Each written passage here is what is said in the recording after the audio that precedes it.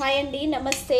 Welcome to my channel Telugu cooking tips. ఈ రోజు నేను ఎగ్ చూపిస్తున్నానండి. చాలా అంటే చాలా బాగుంది, చాలా కమ్మగా ఉంది. తిన్న కొద్దీ తినాలనిపిస్తుంది.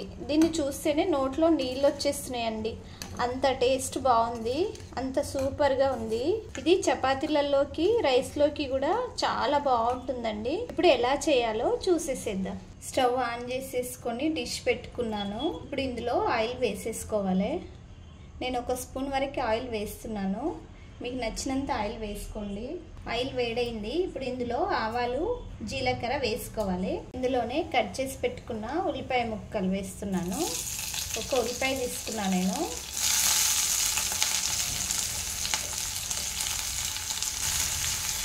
ఈ ఉల్లిపాయల్ని మంచిగా ఫ్రై చేసుకోవాలి.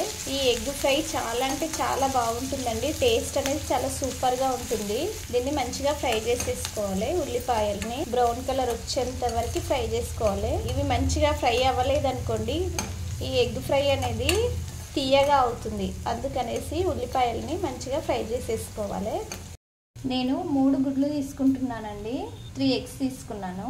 వీటిని పగలగొట్టేసుకొని డిష్లో వేసేసుకోవాలి. ఇలా 3 ఎగ్స్ పగలగొట్టుకున్న తర్వాత ఇందులో లైట్గా కారం వేసుకోవాలి. అలాగే ఉప్పు కూడా వేసేసుకోవాలి. ఇందులోనే మరి ఎక్కువ వేసుకోవద్దు, కొంచెం వేసేసుకొని కొంచెం లైట్గా అల్లం వెల్లుల్లి పేస్ట్ కూడా వేసేసుకొని వీటన్నింటిని మంచిగా కలిపేసేసుకోవాలి.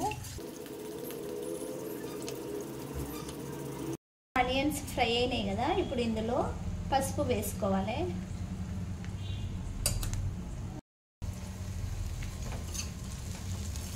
దీన్ని ఇలా కలిపేసుకున్న తర్వాత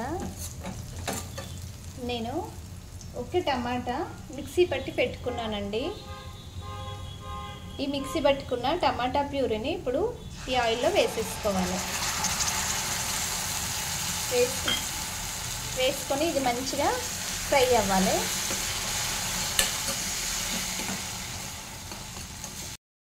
ఇప్పుడు ఇందులో అల్లం వెల్లుల్లి పేస్ట్ వేస్తున్నానండి.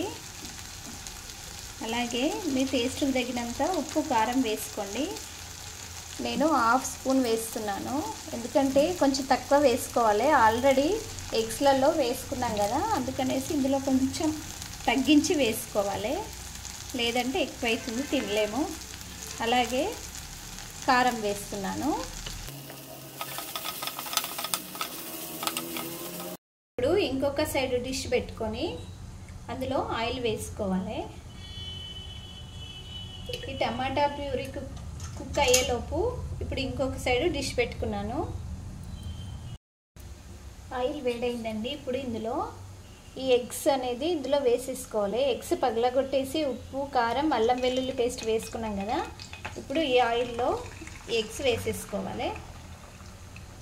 వేసేసుకొని దీన్ని మంచిగా ఫ్రై అవ్వనివ్వాలి.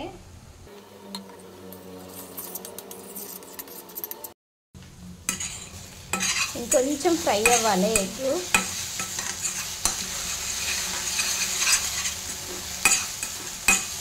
ఇలా చేసుకొని తినండి, చాలా అంటే చాలా బాగుంటుందండి.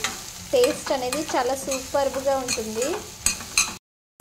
ఎగ్స్ ఫ్రై అయినాయండి. ఇప్పుడు స్టవ్ ఆఫ్ చేసేసుకోవాలి.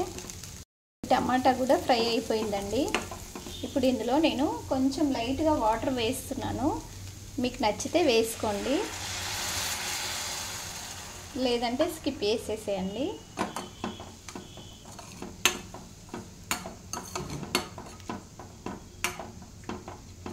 ఇది కొంచెం ఉడకనివ్వాలి.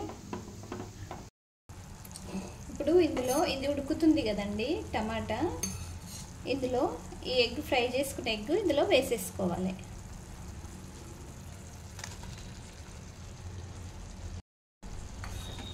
దీన్ని కొంచెం కలిపేసేసుకొని కొంచెం 1-2 మినిట్స్ ఉడికించుకోవాలి.